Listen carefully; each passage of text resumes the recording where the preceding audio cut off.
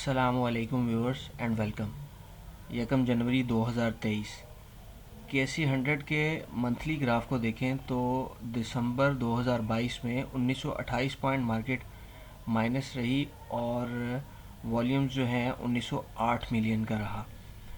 अच्छा, ये अगस्त में जो एक हाई लो बना था 43,887 और 39,756, 3 मंथ जो हैं वो मार्केट उसके अंदर ही रही और चौथे मंथ में भी सिर्फ उसको पेनिट्रेट किया और उससे नीचे ज़्यादा देर सस्टेन ना कर सकी। जो कि 39,540 का लो था, उसे सिर्फ थोड़ा पेनिट्रेट किया और वापस उसके अंदर ही फिर क्लोजिंग आ गई है।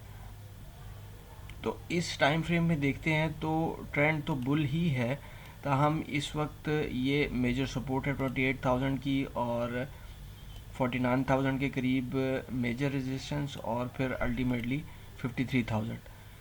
ये मंथली ग्राफ में सपोर्ट एंड रेजिस्टेंस हैं और अगर इससे थोड़ा नीचे होती है तो फिर ये 39,000 और 38,000 जो है ये सपोर्ट के तौर पे जो शॉर्ट टर्म मंथली बेस पे शॉर्ट टर्म सपोर्ट्स होंगी उन पे आ सकता है। वीकली बेस पे देखते हैं तो इस वीक में मार्केट 751 पॉइंट प्लस रही और 40,420 की क्लोजिंग। वॉल्यूम जो है 722 मिलियन का रहा और ये वॉल्यूम के ग्राफ में देखा जा सकता है कि अगस्त में इतना ज़्यादा वॉल्यूम हुआ था। अगस्त के मिड में उस वक्त तो खैर 1167 मिलियन का था, उसके बाद थोड़े हल्के वॉल्यूम्स होते और फिर वॉल्यूम श्रिंक हो जाने के बाद ये लास्ट वीक में जो वॉल्यूम है वो कुछ बड़ा है। उसकी reasons oil and gas sector के शेयर्स जो हैं ओजीडीसी और पीपीएल, ये जब मार्केट नीचे आती रही तो वॉल्यूम्स बहुत ज़्यादा श्रिंक ही थे। नेक्स्ट वीक के लिए रेजिस्टेंस 40,600 की है और 41,200 की, सपोर्ट 39,800 और 39,000 की है। इस वक्त वाइट कैंडल है, ये 4 ब्लैक कैंडल्स के बाद एक वाइट कैंडल और ये सपोर्ट एरिया में बन रही है। अगर 39,500 से नीचे क्लोजिंग आती है और सस्टेन करती है तो फिर थोड़ा डीप होने के चांसेस हैं। अदरवाइज़ फिर ऊपर ये रेजिस्टेंस 40,600 और 41,200 का रेजिस्टेंस एरिया आ जाएगा।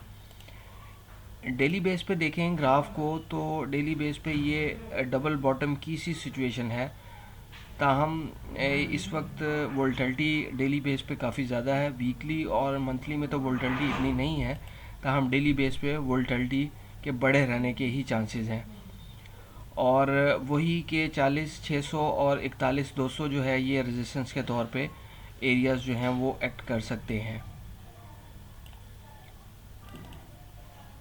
अच्छा, इस वक्त जो जिन सेक्टर्स ने लीड किया और मूव बेहतर रही जिसमें वो पीपीएल और ओजीडीसी हैं। पीपीएल में ये डबल बॉटम की सिचुएशन है जिसका ब्रेकआउट होने के बाद ये दो ऊपर के टारगेट्स 171 और 82 83 का टारगेट्स जो है वो दे रहा है और ये एक इसका चैनल भी है, इस चैनल को भी रेजिस्ट कर सकता है और इससे अगर ऊपर निकलता है तो फिर ऊपर के टारगेट्स।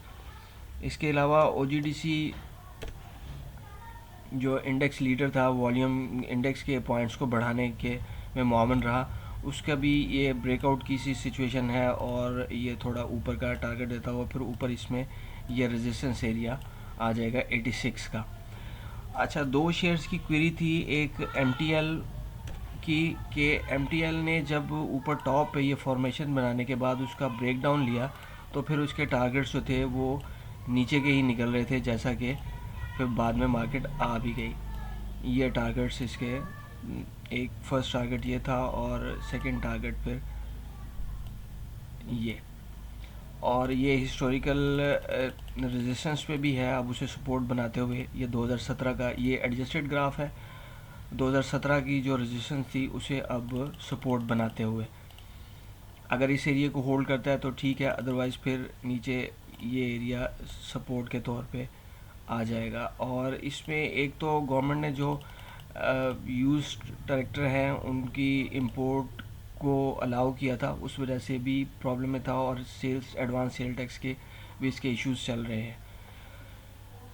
ईफर्ट की भी क्वेरी थी, ईफर्ट का ये एरिया ब्रेक हुआ है, इस फॉर्मेशन का ब्रेकडाउन हुआ है